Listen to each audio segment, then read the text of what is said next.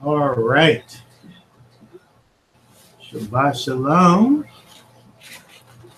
Shabbat Shalom. We, this Erev Shabbat, are going to be continuing on through Exodus. We left off. We'll look at Exodus 34, verse 27 through 36, verse 38. We have a few verses in Jeremiah, and then we will look at 2 Corinthians chapter 3. We'll probably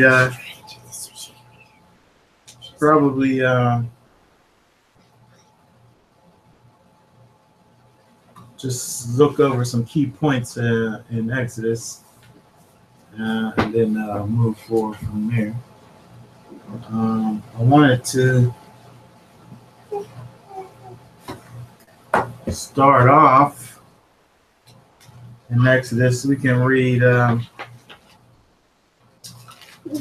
34, verse 27. 34, 27. Let's see, down through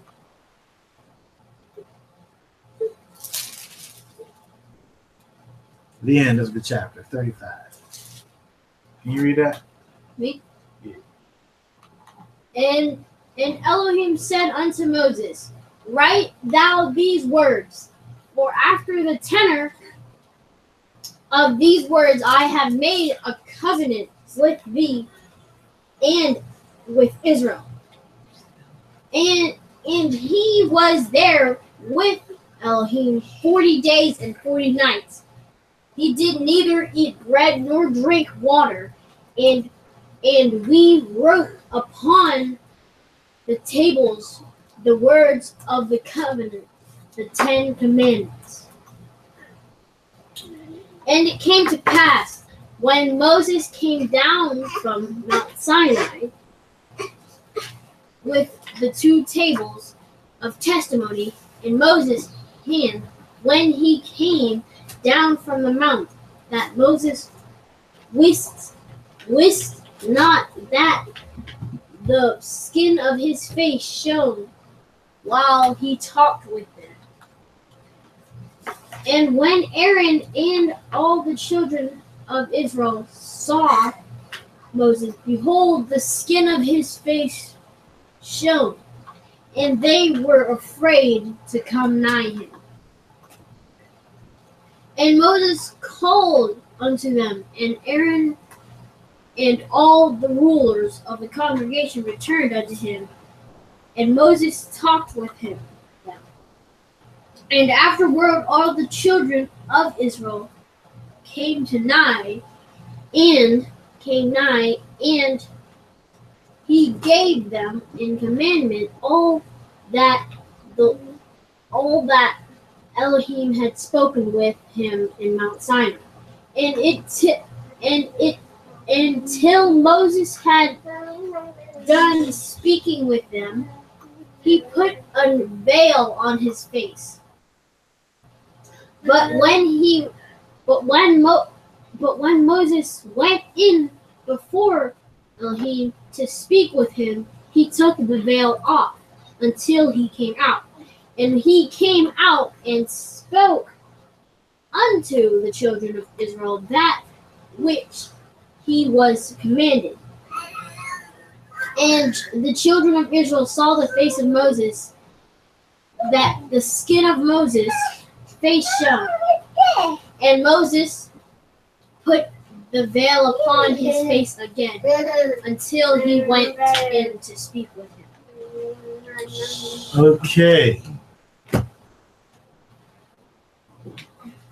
Okay, so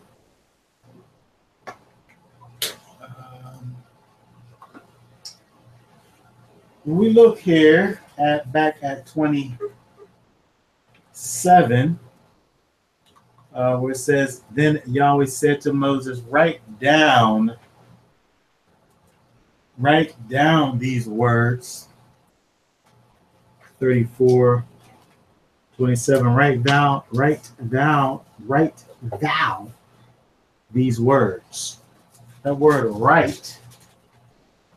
write is Katav, or Katav, which is to grave, to write, record, describe, to inscribe, to prescribe. Let's talk. So when we think about this word Katav and this idea of writing,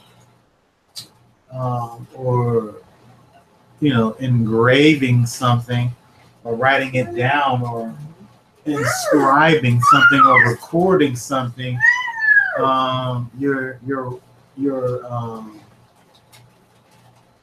you still, I would say, still have this idea of permanence. You're putting this thing kind of, I guess in this case it was etched in stone, these words, but he's actually asking for Moses to write these things down, all of the things that Yahweh said to him in the mountain during those 40 days and 40 nights, to come back down the mountain and to preserve all of these words that he said, record all of those words that he said. We think about prescribing something. Prescribing something is what? Pre or in?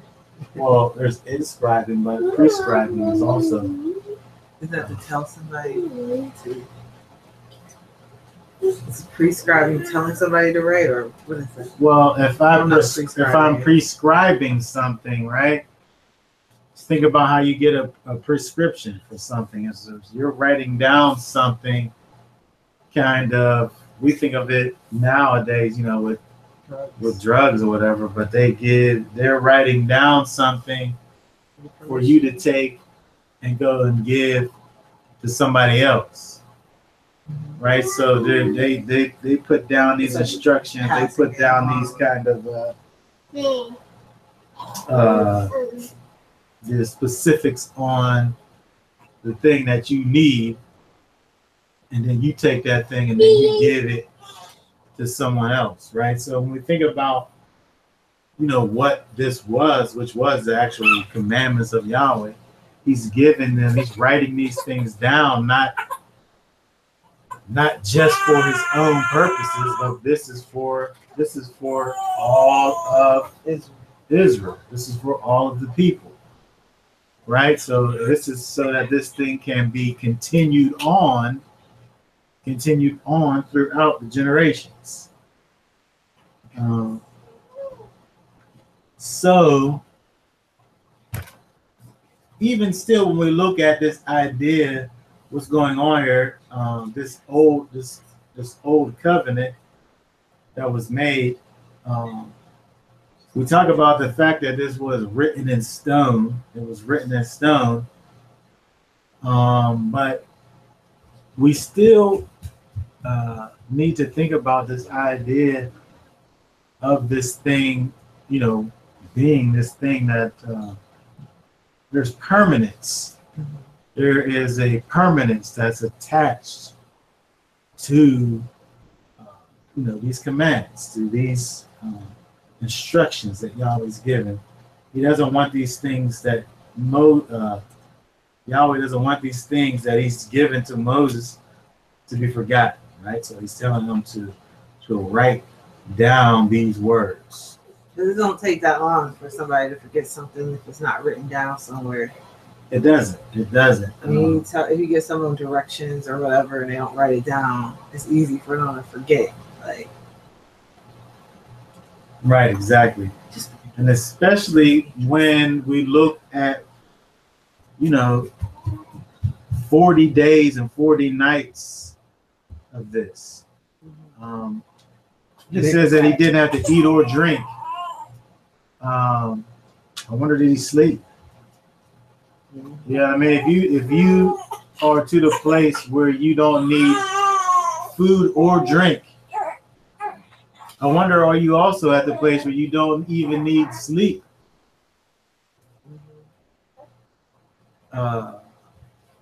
We think about, sleep in our body, slumber, fatigue, we tire. But here Moses is in the very presence of Yahweh. So again, which is total just speculation, but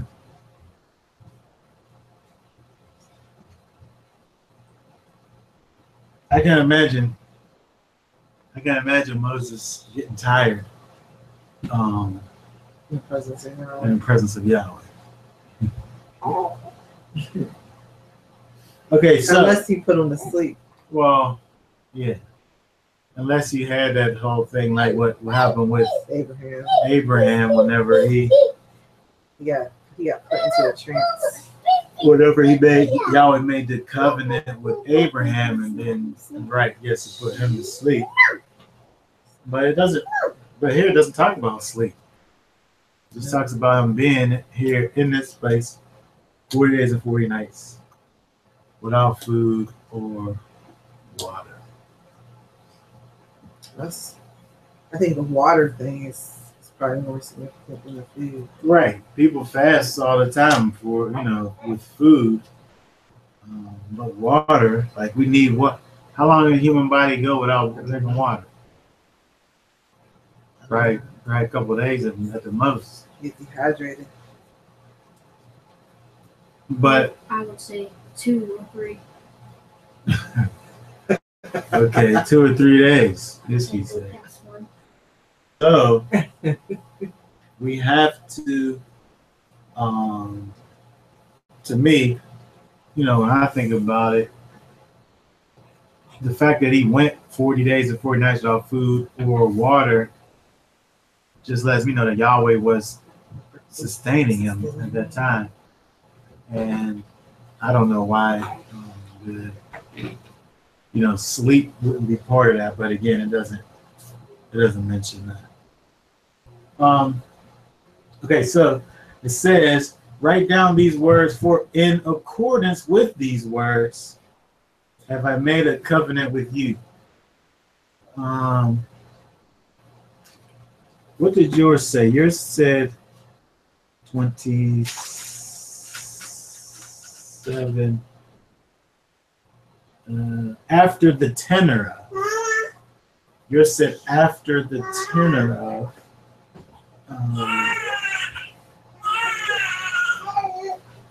The word that's translated here, I guess this is a New American Standard that says in accordance, 34:27. In accordance with, that word is pay, which is the mouth, as the means of blowing, whether literally or figuratively, specifically edge, portion, or side.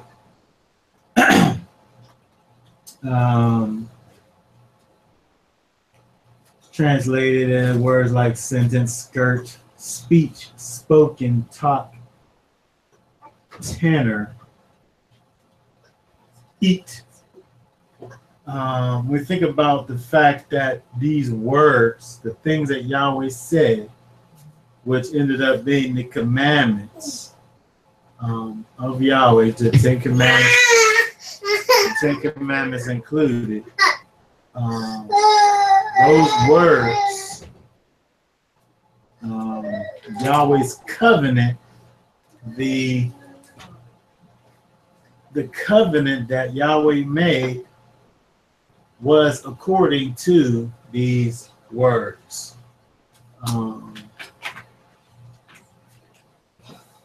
So again, as we look forward, we'll look at this and we'll talk about what we see in the new covenant. But we can't really understand the new covenant without understanding the old covenant. And when we look at how Yahweh made this covenant with these people, this contract with Israel, and the contract was according to these words that Yahweh instructed for Moses to write down. We really have to think about this and put weight on this fact that this contract, this covenant, was made in the tenor of or in accordance to these words, which were the commandments. And when we think about what the commandments are, again, we're talking about the character of Yahweh, the way that Yahweh would have for his people to walk and to behave. When you step outside of that character, you're stepping outside of the covenant, right? And you're stepping outside of the promise. So these things, it remains the same. And we'll see as we look at, some of these verses here, connecting these dots.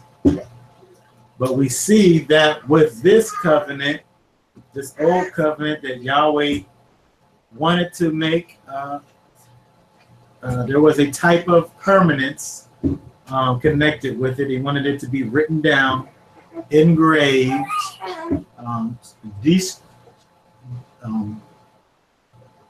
describing and prescribing the will and the ways of Yahweh. And he gave, all of these things to Moses over this time. An interesting thing that happened, when we get down to verse 29, where it says it came about when Moses was coming down from Mount Sinai, and the 2 tablets of the testimony were in Moses' hand as he was coming down from the mountain, that Moses did not know that the skin of his face shone because of his speaking with him, or speaking with Yahweh. So Moses, in this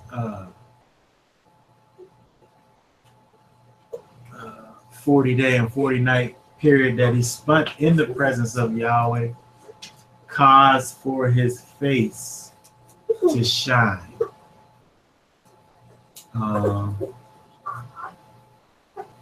Quite miraculous. When you think about the presence of Yah, the presence of Yahweh, of which, again, when we think back about the level of the presence of Yahweh that Moses even experienced, whenever Yahweh caused for his unadulterated presence to go by him, he created a buffer for him, at that time. We can only assume that the same thing is true during this 40 days and 40 nights. If Moses wasn't able to see the glory of Yahweh and live, when he asked about it, while he's up here in the mountain, I don't see why anything would be any different. But the fact of the matter is, I don't want to say watered down version of Yahweh's glory, but I don't know what else to say besides that. But the level of holiness that Moses experienced, although it wasn't the unadulterated, it still caused for him to be physically changed Mama. as a result of it, where he literally was shining. And we know that the word kavod is light, weighted light, Living. heavy light, Right. thick light. Right. So being in His glory. Right. So being in the glory of Yahweh, being in the presence of Yahweh, is being in the presence of just this light. We know that we look in Revelation, and where it talks about where there's no need for the sun. There's no need for the sun. We just we live from the light of Yahweh, and His illustriousness, because of the fact that He is light. So this had an effect on Moses. So being in the presence of Yahweh had a lasting effect on Moses.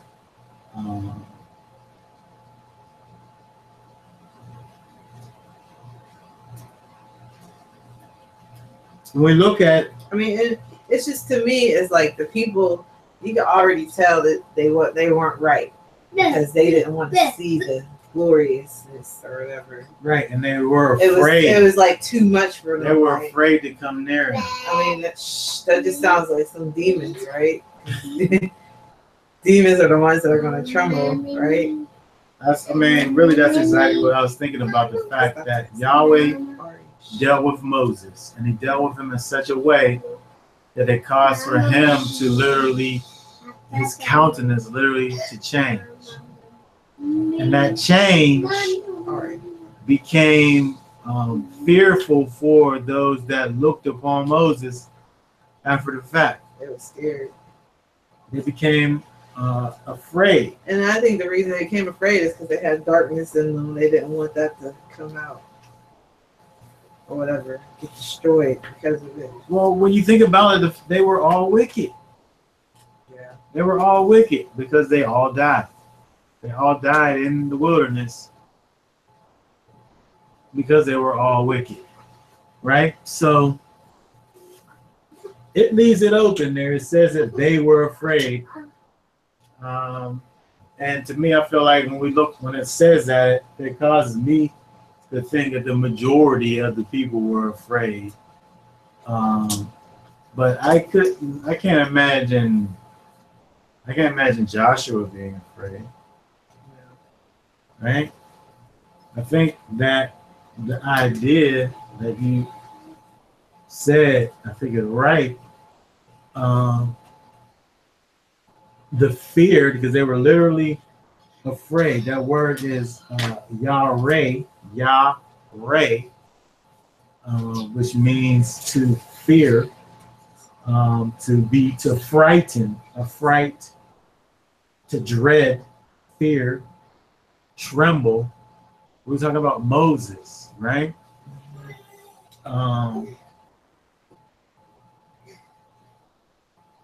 This is the same reaction that the people had whenever they heard his voice. So they heard the voice of Yahweh and they became afraid.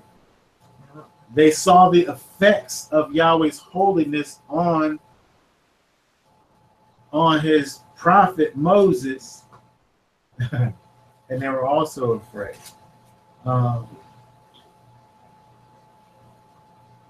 It seems like it's giving us this idea that when Yahweh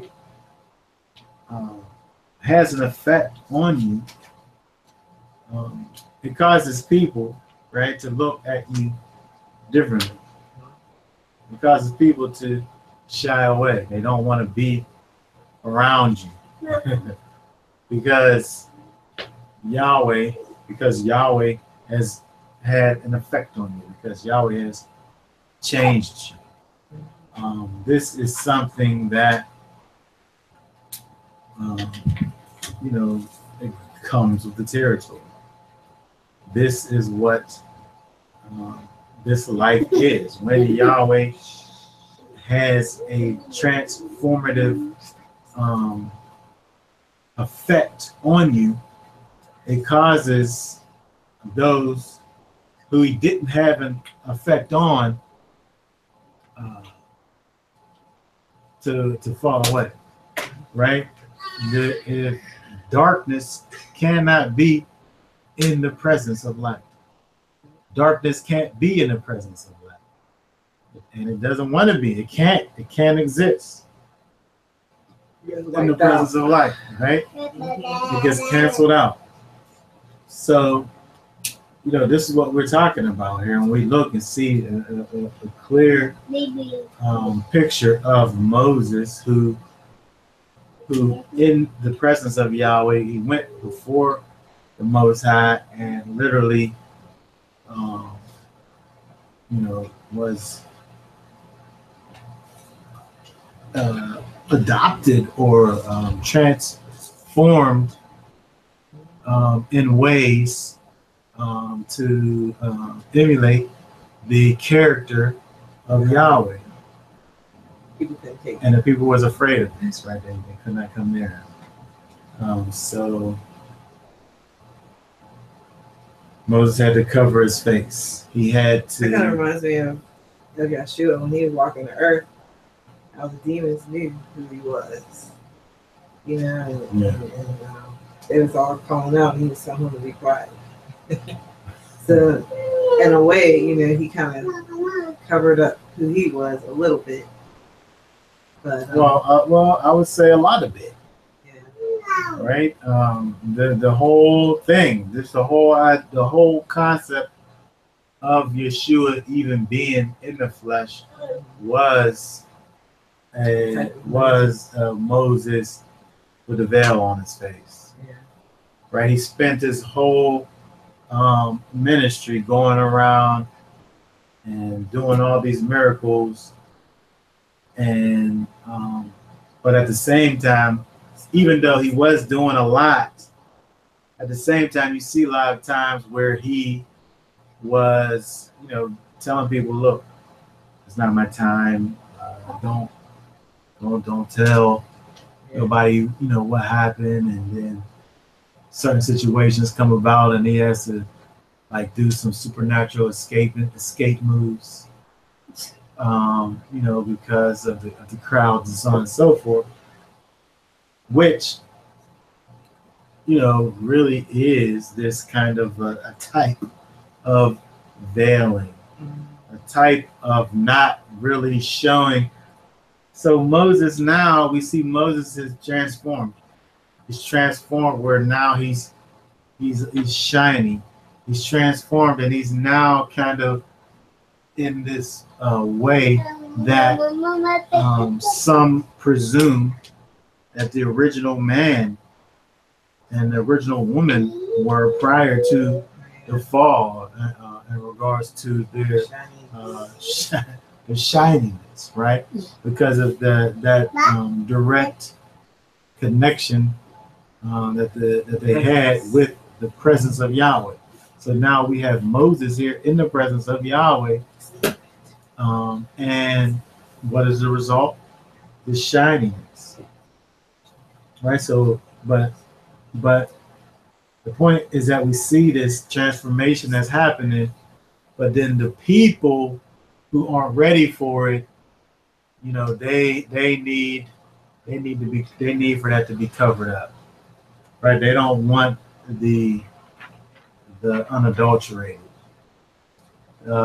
They don't want the truth.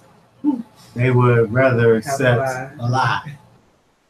Right? Because if you think about it, they know he's shiny. So what's covering him up going to do? Yeah, he's shiny underneath. They should know that it's just hiding it. It's not like it didn't take it away.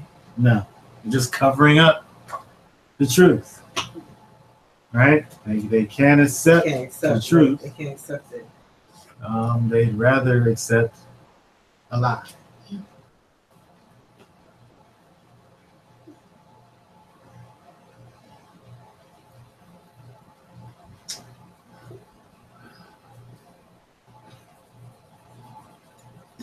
Okay, so next we have, which is kind of, I don't know why it's here. I don't know why it's here, but chapter 35, verse 1 through 3. Read that. I'll read it. Oh no, his speaker read it. He said. And Moses gathered all the congregation of the children of Israel together, and said unto them, These are the words which Elohim hath spoken, has commanded, that ye should do them. 6 days shall work be done, but on the 7th day there shall be to you an holy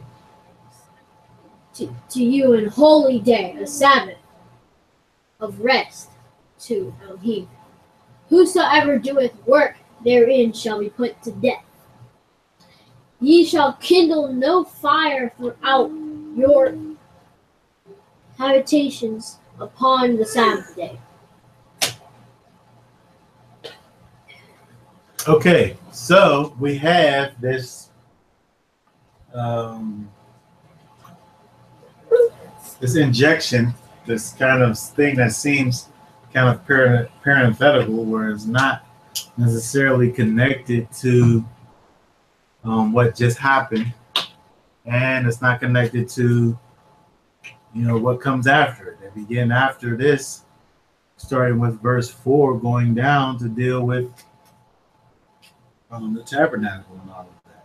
But we have here again the command for the Shabbat. And in fact, it's the same thing that happened last time, ain't it? Moses came down. Let me see what happened. Oh, well, let me look back. Which chapter you going to? When you go back to, oh, it is in reverse. Let me go back, look back at 31. At 31. Mama. Actually, when it goes back to chapter, all the way back to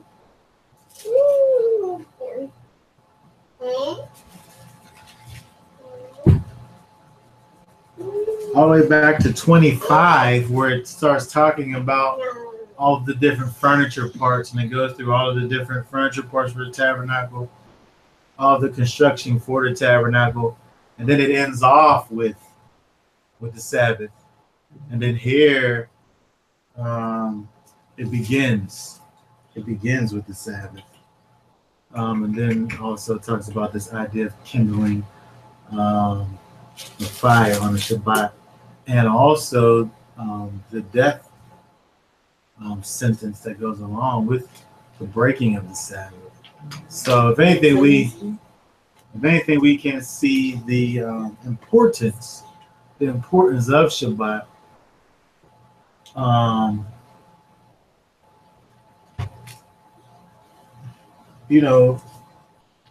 We look at places where, we even look at it here, where we see commandments that are given kind of great emphasis put on certain commandments.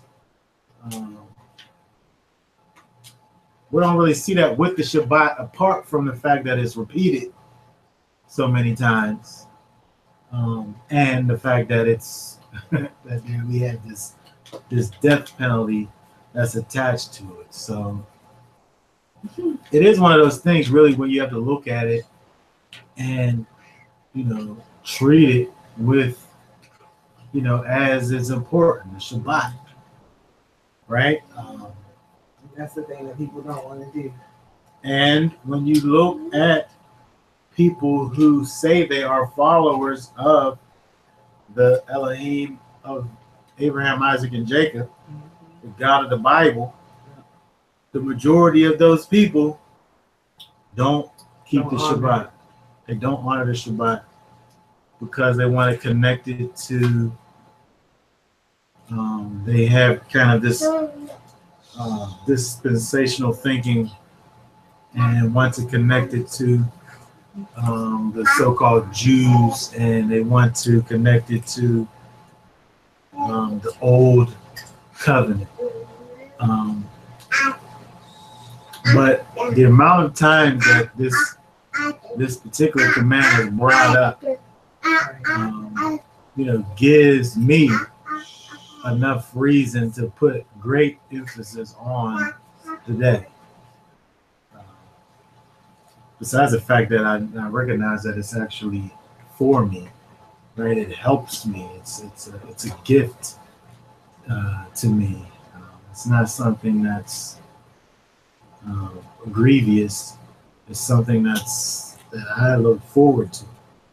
The Shabbat, that rest.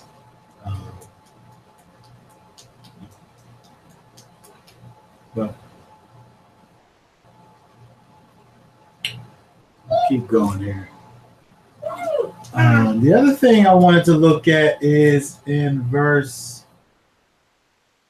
When we read verses like same chapter 35, where it says, Moses spoke to all the congregation of the sons of Israel, saying, the thing which Yahweh had commanded, saying, take from among you a contribution to Yahweh, whoever is of a willing heart.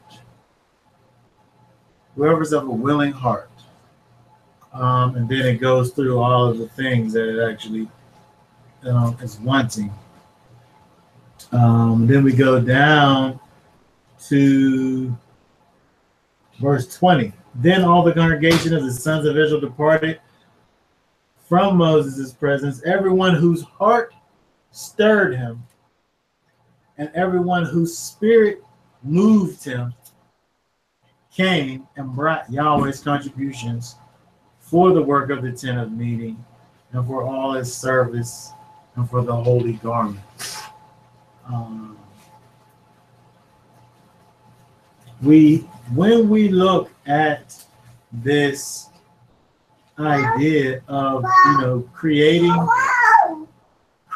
the place of worship for Yahweh, and the idea that Yahweh wants the people, he wants his people to have a willing heart, to willfully, to purposefully choose him. I mentioned 1 John, we're talking about keeping the commandments and the commandments not being grievous to you. When you love Yahweh, you do the things that he likes, and it's not burdensome for you. In other words, you're doing this out of a willing heart. You're doing this out of compulsion to do it. You want to do it. It's not something that you are, kind of made to do per se, but it's something that you want to do. A willing heart, whose heart is stirred and whose spirit is moved. That made me think about something that we say, something that's connected to something that we say every week, being a Shema. When you look at Deuteronomy chapter 6, verse 4, but especially verse 5. I'll read 4 just for context purposes, but Hear, O Israel, Yahweh our Elohim is one, verse 5, and thou shalt love Yahweh with all thine heart, and with all thy soul, and with all thy might. when we think about this idea of not doing something kind of half-heartedly, right? But the complete opposite of that, wholeheartedly. There where it says all, that word is kol,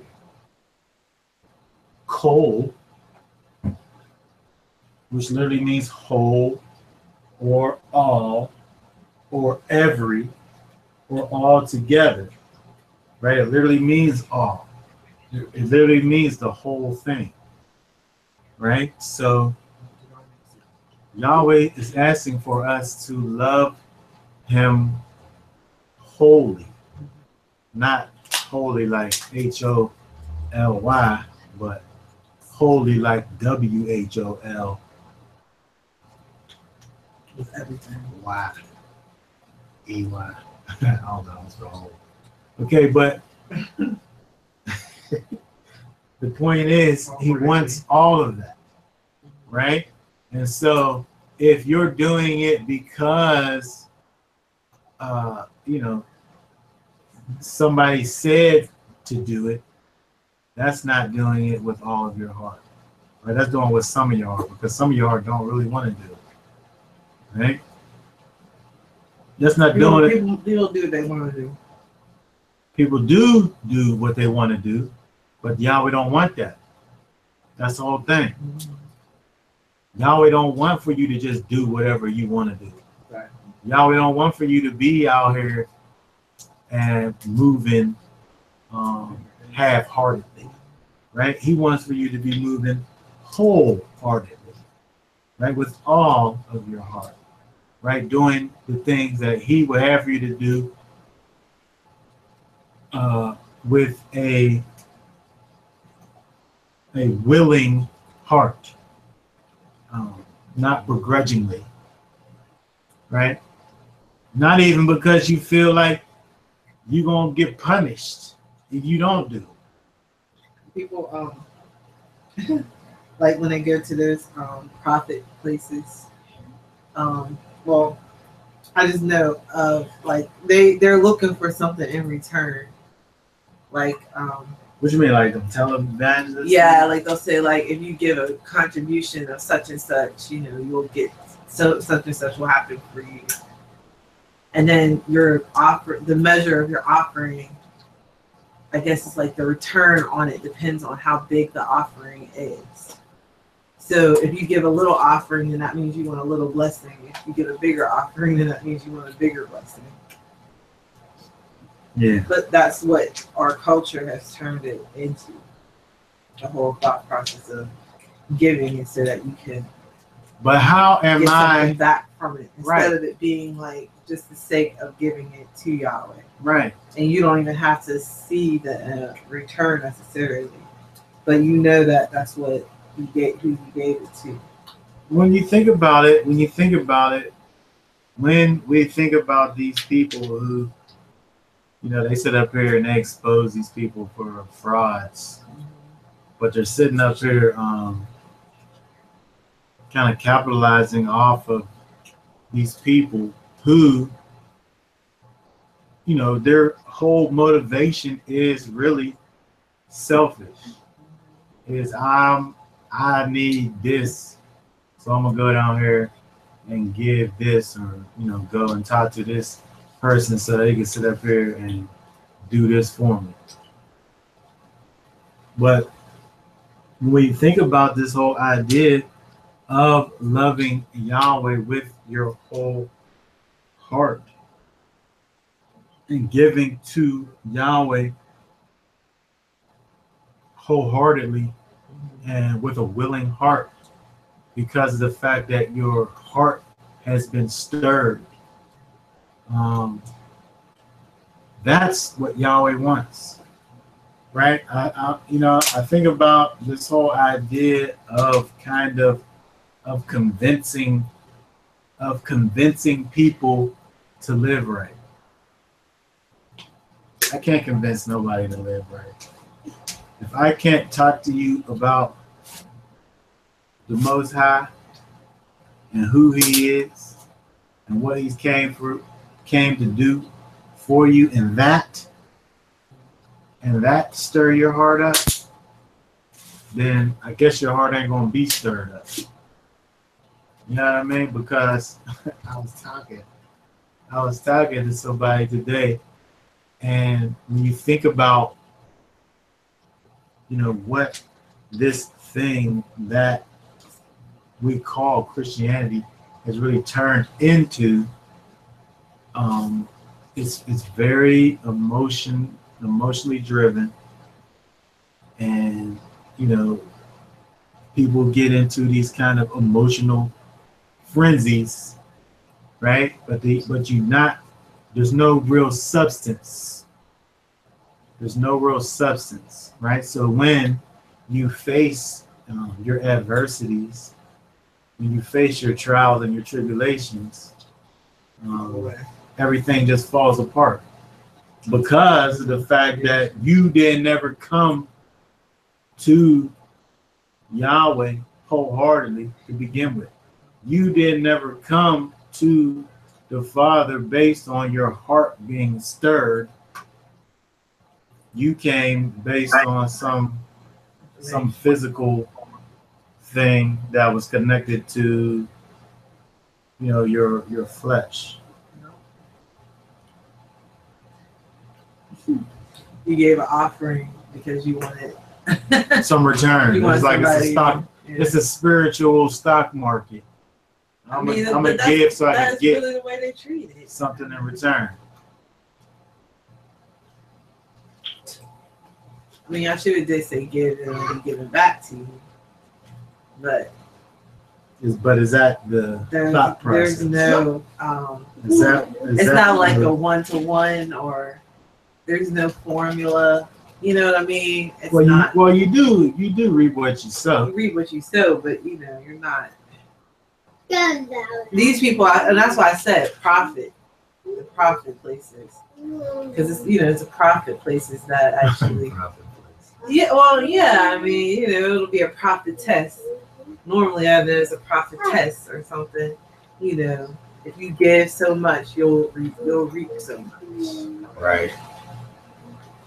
Someone said, the one lady I was thinking about, she was talking about Abraham and how, he went down with 300, I think it was, men, something like that.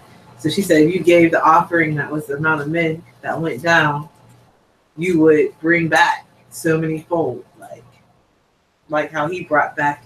Oh, so she came up with some kind of formula. Yeah, like the formula was based off of Abraham going down and rescuing Lot.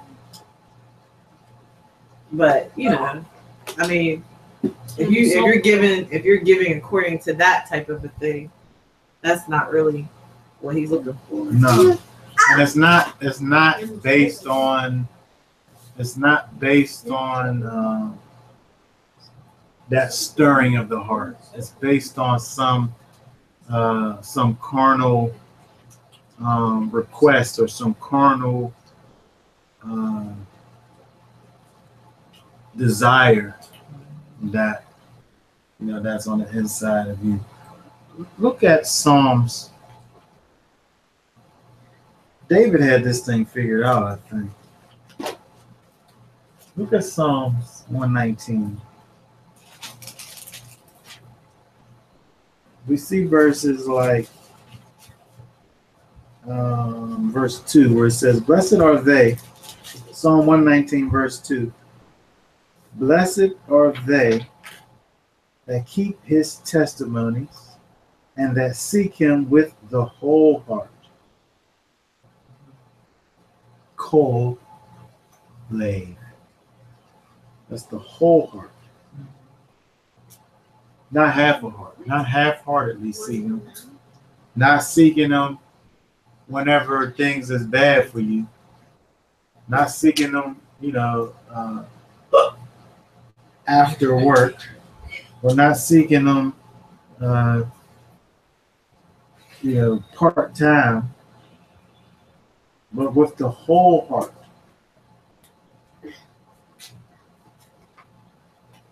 Verse 10 says, with my whole heart have I sought thee. Oh, let me not wander from thy commandments. Right? This is what he's asking for in the first place. Is for you to love him with your whole heart, with all of your heart. It's the same word. Whole or all. It's kol. It's the same word. This is what he's seeking from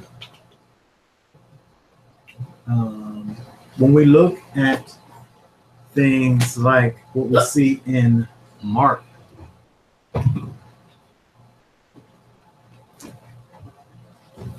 it's in Matthew chapter 22, 34 through 40. It's in Luke chapter 10, 25 through 29. But we want to look at Mark 12, 28. Mark 12, 28.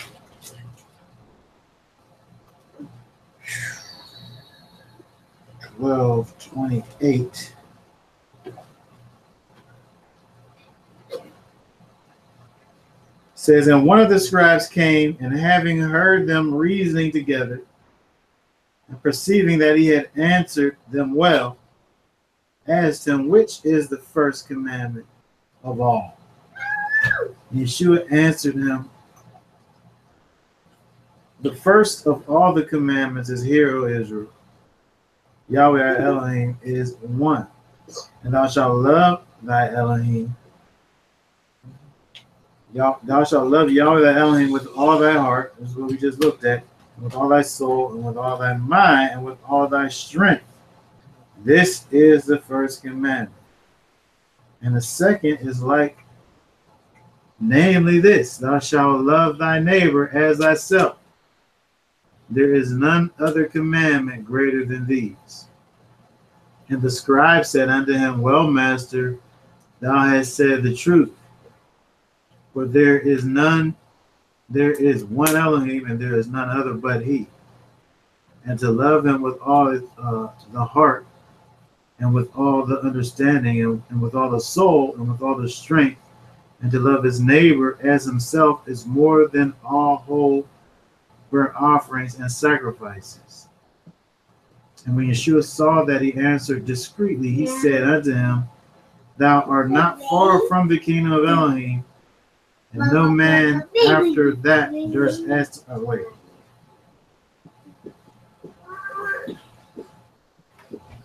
It must have been one of the other. Hold on. Let me see this. How do you do that? I know the Christian was saying something. Oh. Was you trying to say something, Chris? Nah, no. Sorry, let me mute. I was looking at the other, it must have been from Matthew, where one of them responded, said, who is your neighbor?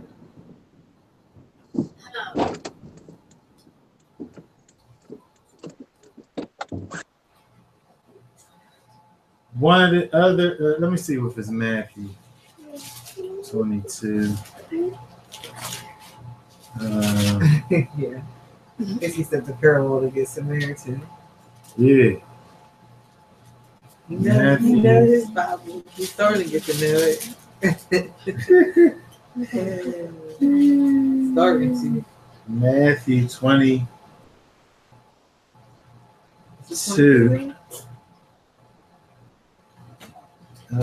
Tempted on. I don't know, maybe it's Luke. Stop. Luke chapter 10. That's all the same questionings, but then we get more information in one of the other gospels. Yes. 10:25. Yeah, 10. Luke 10. Stop. Oh, yeah. certain lawyer stood up and tempted him, saying, Master, what shall I do to inherit the kingdom? And he said unto him, what is written in the law? How readest thou?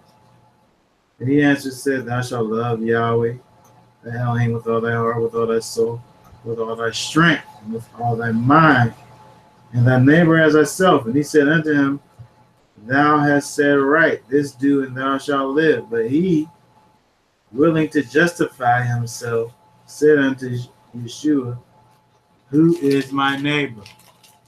Who is my neighbor? Right, so as soon as you sit up there and try to kind of qualify who it is that you love with all your heart, mind, and soul, as soon as you sit up here and try to qualify, then you're diminishing that level of love that you're supposed to be given, right? If Yahweh says, love me with all of your heart, mind, and soul and strength, and likewise love your neighbor, but then first I got to figure out who's my neighbor. That means you don't really want to love somebody. No, it's like you got to get a reason to do it. First, I got to qualify you as my neighbor. Then I could love you after I get that. After you get those qualities, right? But when Yeshua goes and talks about this whole situation with these people, with the Samaritan and with the thieves and so on and so forth, at the end of the day, what does it say? It says in verse 37, and he said, he that showed mercy on him.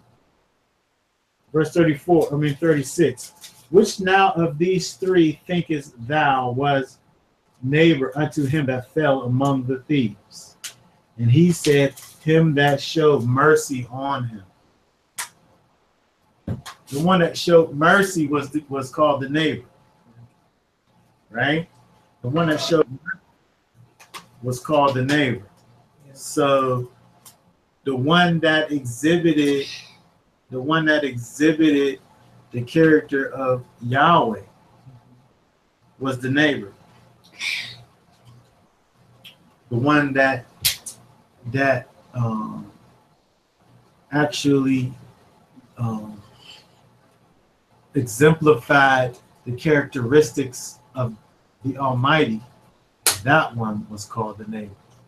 So when we get these people, who want to look at people and, decide that they're going to dislike a person or not like a person, to like or not like a person, based on anything other than righteousness, that person is not walking in the character of Yahweh. That person is not walking in the character of Yahweh. If I look at you and I say, based on your skin color, and I determine that I can't love you because of who your daddy was. That's not the story that's not the point that we get from this whole thing with the Good Samaritan, right? Because the Samaritans were supposed to be people who Israel wasn't messing with, right? They were supposed to be people who wasn't supposed to be classified as a neighbor. But because of the fact that they were actually walking in the character of Yahweh, Yeshua at that time said, that's the one. That's the one who's your neighbor. That one who was operating out of the depths of his heart, that one whose heart was stirred, and it caused him to do a thing, not because of some peer pressures or what would appear to be right in the eyes of whoever, but because of an inner unctioning that caused that individual to operate in righteousness.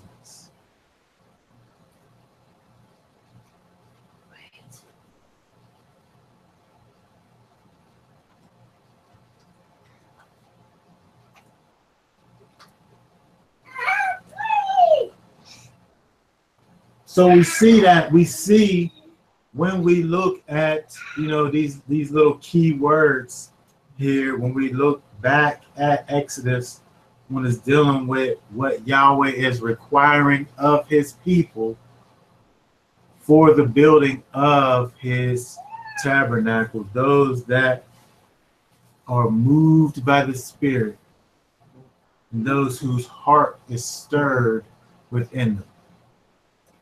And we see when those things happen, you then exhibit the character of Yahweh, which gives us a picture. It gives us a picture of what the new covenant even is, right? That's what the new covenant is. The new covenant is you, as a result of the Spirit of Yahweh, stirring you up on the inside, causing you to walk in righteousness. Yeah.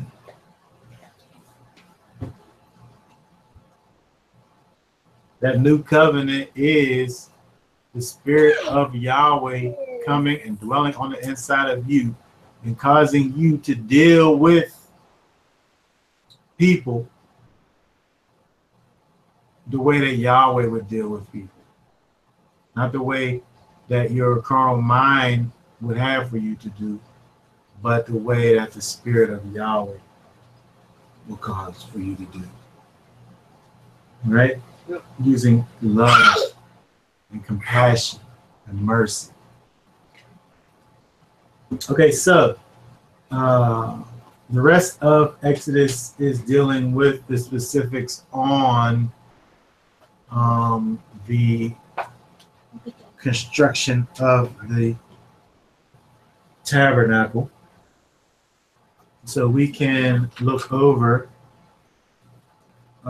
at Jeremiah real quick. Familiar verse. Familiar to some, I would say.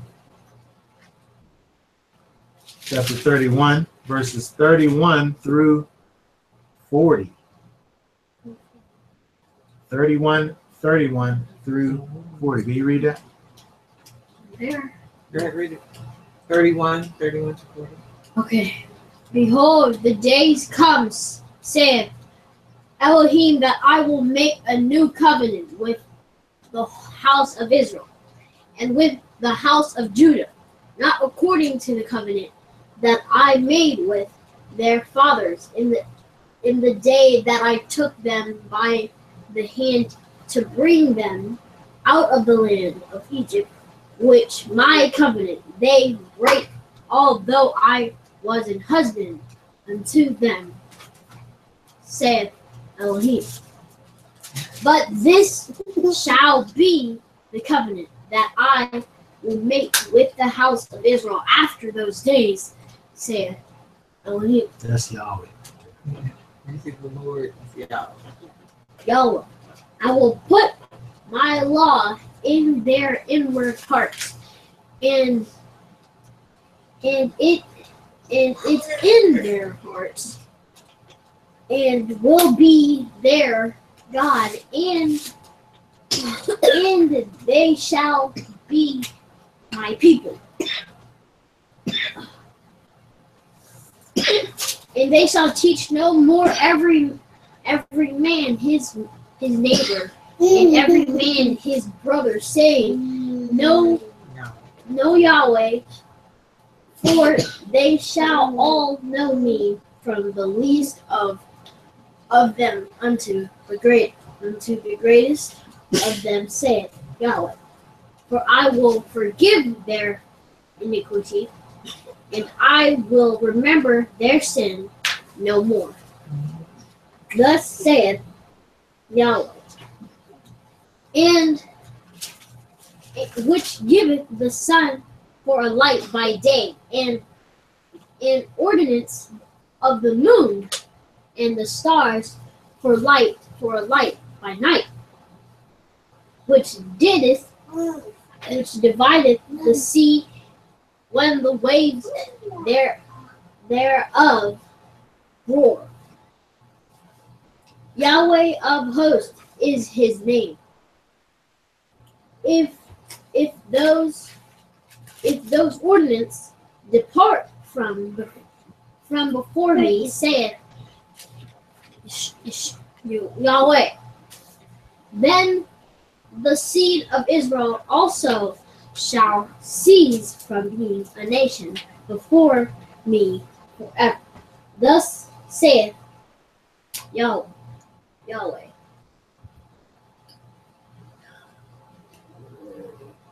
Yeah, what happened? Can you finish that? I can't finish it. 37. Thus saith Yahweh, if the heavens can be measured, and the foundations of the earth searched out below, then I will also cast off all the offspring of Israel, for all that they have done, declares Yahweh. Move on to 38. Behold, days are coming, declares Yahweh, when the city shall be rebuilt for Yahweh from the tower of Hananel to the corner gate. And the measuring line shall go out farther straight ahead to the hill of Goreb. Then it will turn to Goa. And the whole valley of the dead bodies and of the ashes, and all the fields as far as the brook of Kidron, to the corner of the horse gate toward the east, shall be holy to Yahweh.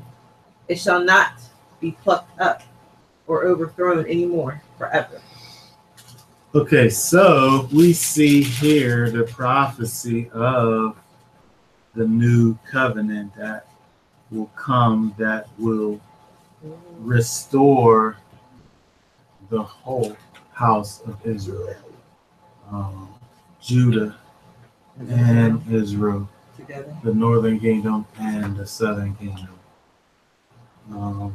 All, that has been dispersed into the four corners of the earth will be restored by this new covenant thing that's going to happen. Now, we can couple this with what we just looked at with Yeshua and the Good Samaritan. Whenever the person asked and said, "Who is my neighbor? Who is my neighbor?" And the answer was the one that shows mercy. When we think about the one that's going to show mercy, the one that would show mercy, the one that exemplifies the character of Yahweh, is the one who actually has the character of Yahweh on the inside of them, which is by the Spirit of Yahweh coming inside of them. Mm-hmm. When we think about how the Spirit of Yahweh even comes inside of a person, when we talk about that, we're talking about the new covenant. We're talking about what Yahweh is going to do to his people, which is put his law on their inward parts, right? And eventually get us to the place where it says in 34, and they shall teach no more every man his neighbor and every man his brother, saying, now know Yahweh, for they shall all know me, from the least of them to the greatest. Those that have had this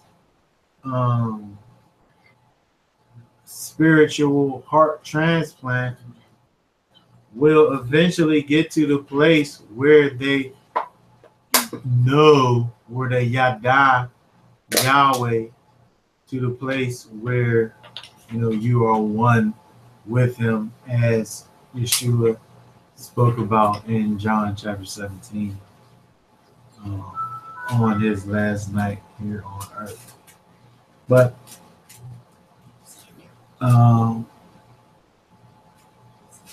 when the way I look at this in terms of this whole new covenant idea is that Yahweh has not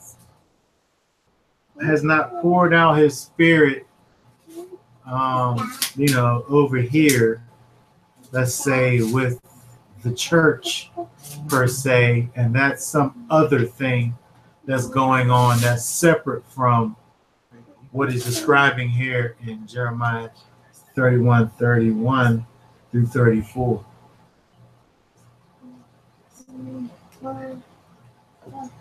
Yahweh has an agenda, and that agenda is going forth. And it's going forth under the kind of the parameters that's set forth here in its description of the new covenant. And we see the same description over in Ezekiel 36. We see where it talks about his spirit being poured out in Joel chapter 2, where when we look at where the spirit was poured out in Acts chapter 2, where Peter refers back to Joel. So I'm saying that we're, all these things are dealing with the same idea of Yahweh pouring out his spirit so that his law will be put in your hearts. But again, so that his people right. You can't really be wholehearted. That is the key to wholeheartedness. The key to wholeheartedness or whole-mindedness or whole-souledness or soul-strengthedness. I meant to say whole-strengthedness is the spirit of Yahweh in you. Any other way, it's your carnal mind is going to be what's leading and guiding. But the way that we're able to love Yahweh with our whole heart, our whole mind, and our whole strength is through the Ruach HaKodesh. Through this thing that he said he was going to do in the new covenant. So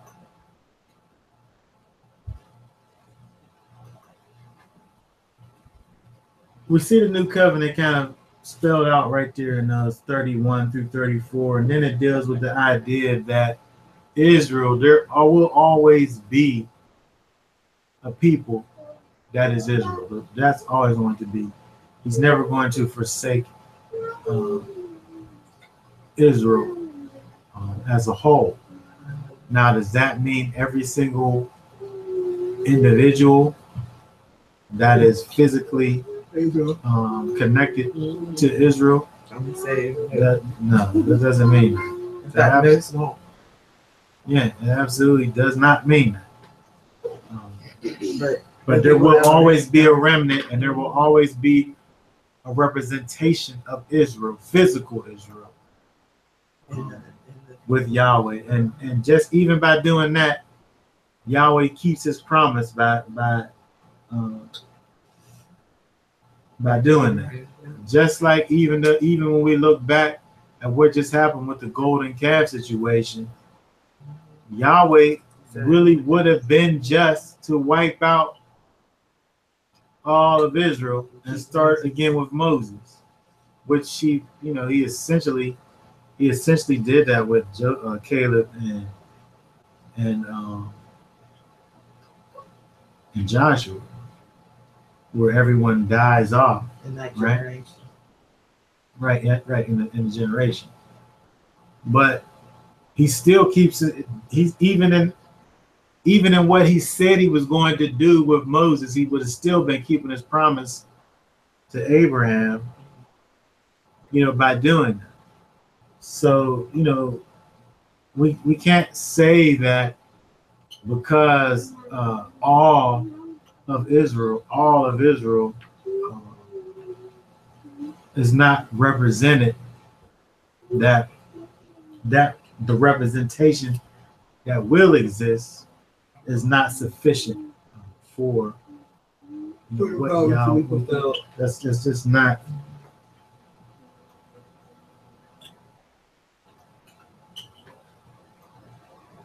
But again, you have these people who are out here who they think they think they're Israel, they're going to be saved.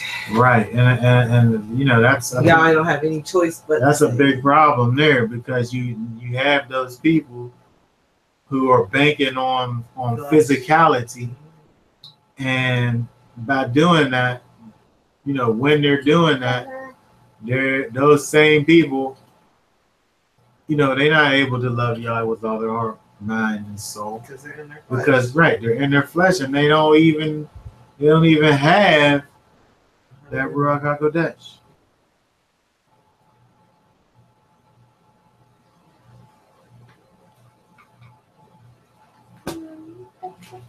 But okay, so before it gets too late, I want to look at 2 Corinthians real quick. 2 Corinthians. Anybody has any thoughts or comments, feel free.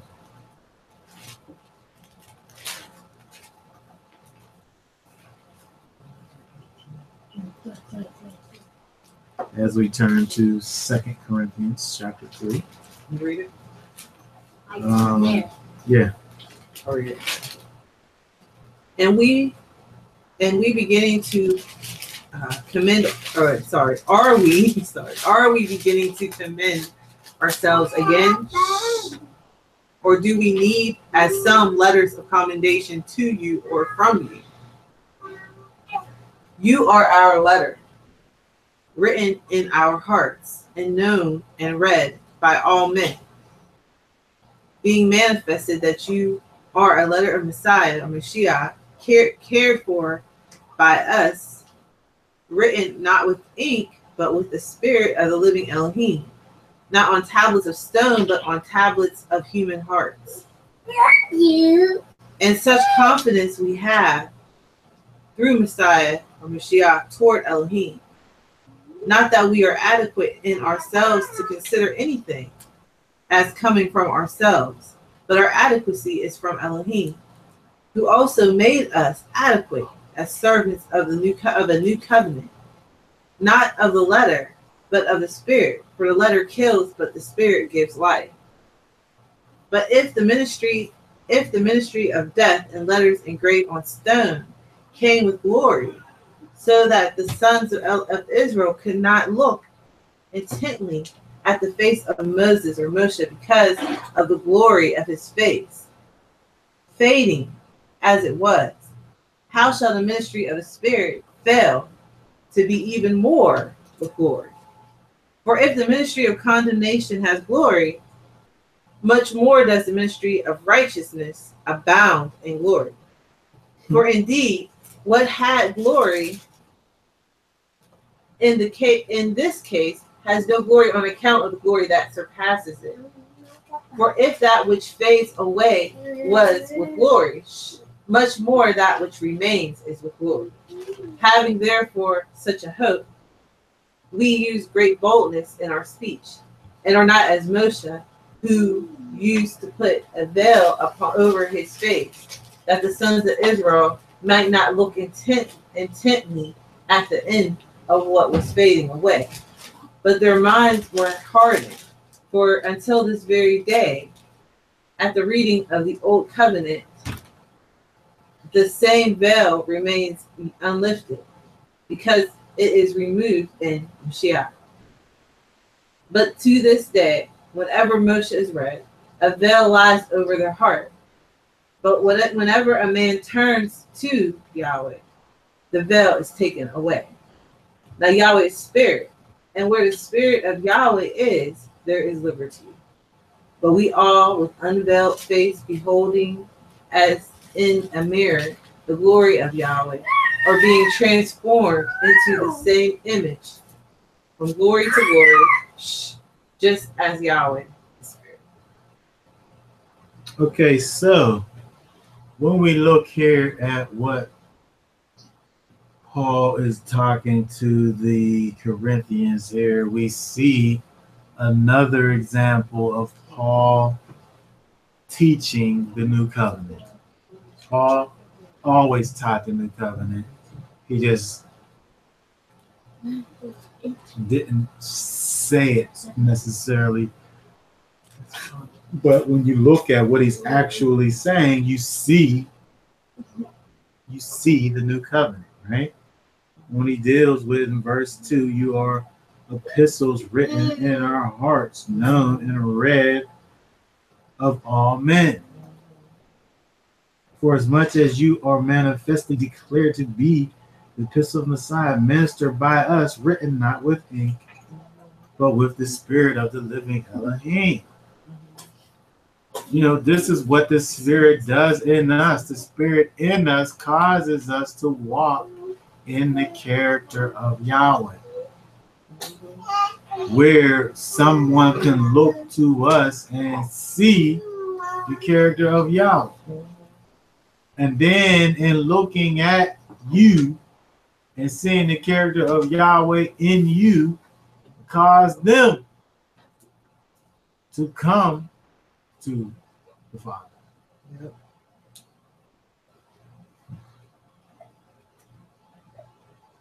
Just if you have Yahweh's spirit in you, you don't need anybody to like give you a commendation or whatever.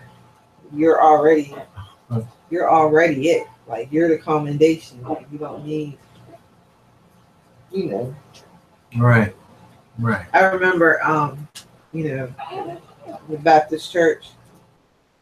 If you wanted to like join the choir, the usher board, or whatever, you had to be baptized. You had to be a member. But if you came from like another church, you had to have a letter or a baptismal certificate to show you got baptized at another church. And if you didn't have it, or if the church shut down or whatever, then you had to get baptized again. So I was just thinking about that. Oh, you need to have that letter of commendation. Yeah, I have that letter of commendation to vouch for the fact that, you know, you got baptized. I think that part of this thing where, you know, it ends off talking about now the master is that spirit, and where the spirit of the master is, there's liberty. When we talk about that liberty, this freedom that we have in Yeshua. You know, it's one thing. Again, we're looking at the old and new covenant. It's one thing to have to be told to do something, but it's another thing to kind of freely do the thing. And when we talk about this whole idea of this whole liberty, that's what we're dealing with in terms of you having that internal compulsion to do a thing, right? If somebody has to sit up and come behind you and talk to you about what you're doing and what you're not doing, and how come you ain't doing this and how come you ain't doing that, and all this, right? That's the work of the Spirit. That's what the Spirit's supposed to do in you. The Spirit of Yahweh is that is what is, puts that law in your hearts. The Spirit of Yahweh in your heart leads and guides you to do the things that Yahweh wants for you to do. Right? So we shouldn't have to really, in terms of dealing with people who are in the body, dealing with people who are in the body,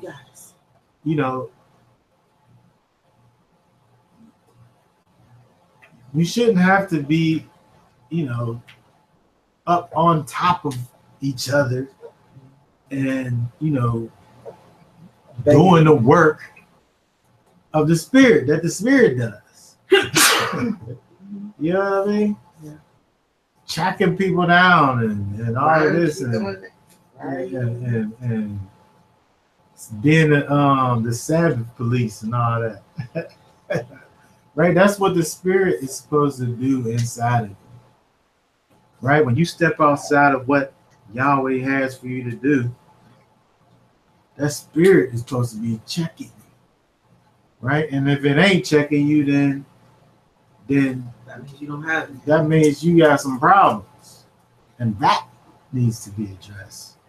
Right? Mm-hmm. But when we look at here what Paul is going through in this 3rd chapter and dealing with this,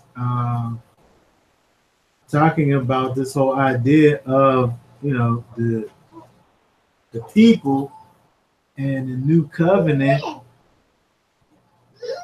Verse 6, he says, who also hath made us able ministers of the new, it says new covenant right there. Not of the letter, but of the Spirit. For the letter kills, but the Spirit gives life. When we look at the contrast between the letter and the Spirit, and dealing with the Spirit killing, and the letter killing and the Spirit giving life, we look at some of these laws, statutes, and commandments. We just saw how if you was to kindle a fire on Shabbat, the penalty for that is death. Now, what Yahweh has done with this new covenant, with this whole idea of grace, is it's not that he just forgets about the fact that he wanted to kill you for breaking the Shabbat, but internally now he causes you to feel that sorrow and to have that godly sorrow and that desire for you to actually do the things that Yahweh have for you to do, and to actually, turn and actually stop doing this thing or that thing. Transforming, right? Because that Spirit, it says, gives life. That Spirit gives life. The Spirit in you causes you to move in such a way where you're not going against the commandments of Yahweh. You're actually fulfilling the commandments of Yahweh. Right? So the Spirit gives life. And the letter, which is just, just the straight commandment, which is really dealing with the commandment on stone and not in your heart.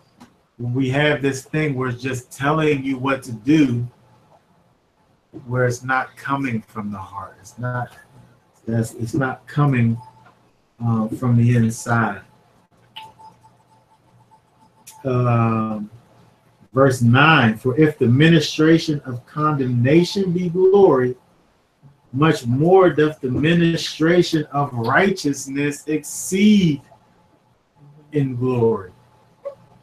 So again, it's talking about the ministration of condemnation, talking about the old covenant, talking about the letter of the law. And then it describes the new covenant as the ministration of righteousness. The ministration of righteousness. So what's that talking about? It's talking about the fact that the Torah teaches us that we need Yahweh. That we can't do it in our carnal, in our flesh. we need that ruach on the inside of us to cause us to do commandments from the inside out. But I'm saying it's calling it the ministration of righteousness. Yeah, in other words, it's causing me to actually walk in righteousness. Yes. It's the ministration of righteousness. I'm walking in righteousness. I'm actually doing righteousness. Yeah. Because the Spirit is in me. Because the Spirit is in me. The letter of the law tries to get you to do a thing or to keep you from doing a thing by telling you what the thing is. But the Spirit of the law strengthens you and empowers you to do the thing. And here, again, it's calling it the ministration of righteousness. So how aren't you walking in righteousness if you're in the ministration of righteousness? You should be. Right, you should be walking in righteousness. But you have these people who who are inside of mainstream Christianity who want to say that, the law is done away with. Meanwhile, Paul's here calling this new covenant the ministry of righteousness. Well, how do you even know what righteousness is if you don't know what the law is?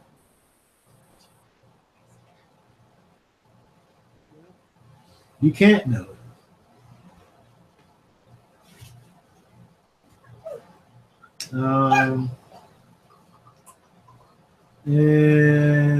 Let's see, verse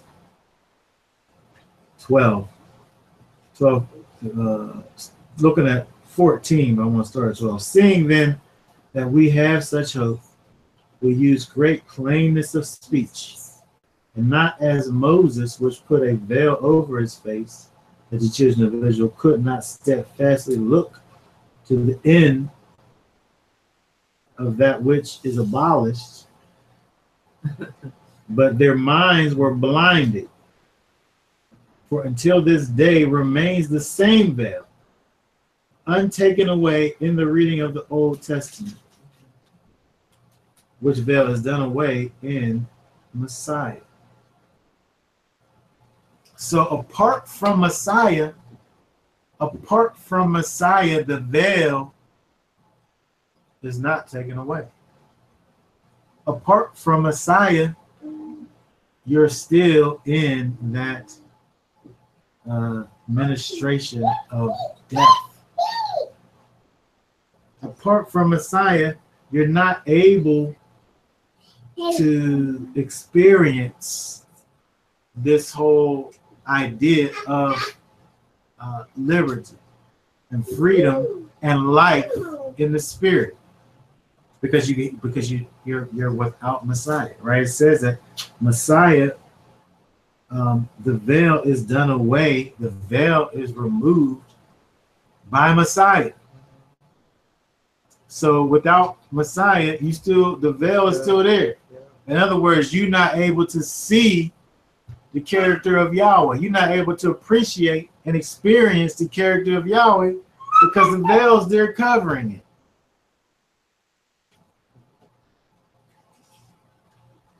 You're not able to fully even understand what's going on with the old covenant that which expresses the character of Yahweh, because the veil's covering it. Just like the people, had the veil over Moses' head, and they all ended up dying in the wilderness,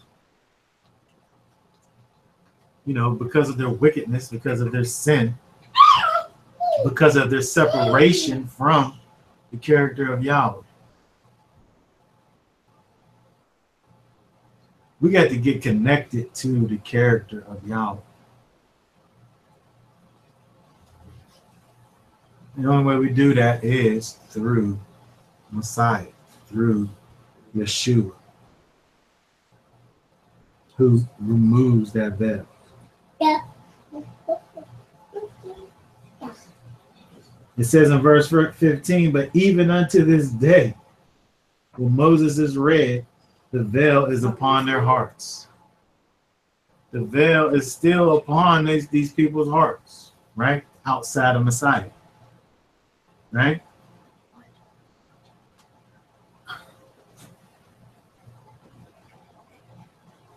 We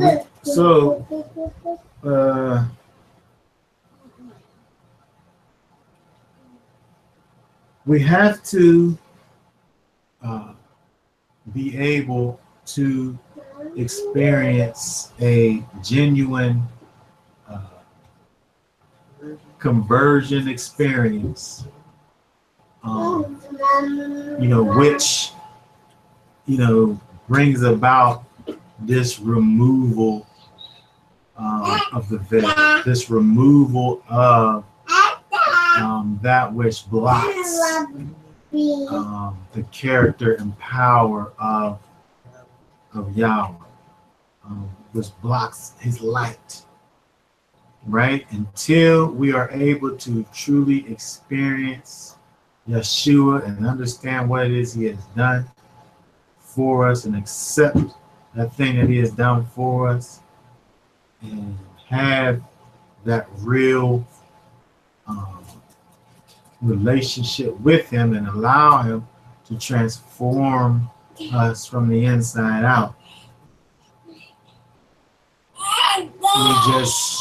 We're just, like Israel, looking at Moses with a veil over his head, right? And not really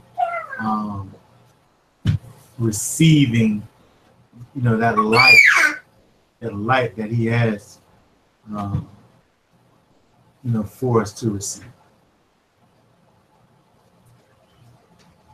Okay, does anybody have any thoughts, or questions, or comments about any of this stuff?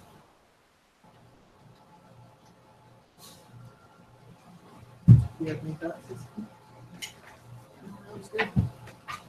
Okay, if not, then for now, I guess we will stop. Talk more about our wonderful Savior next week.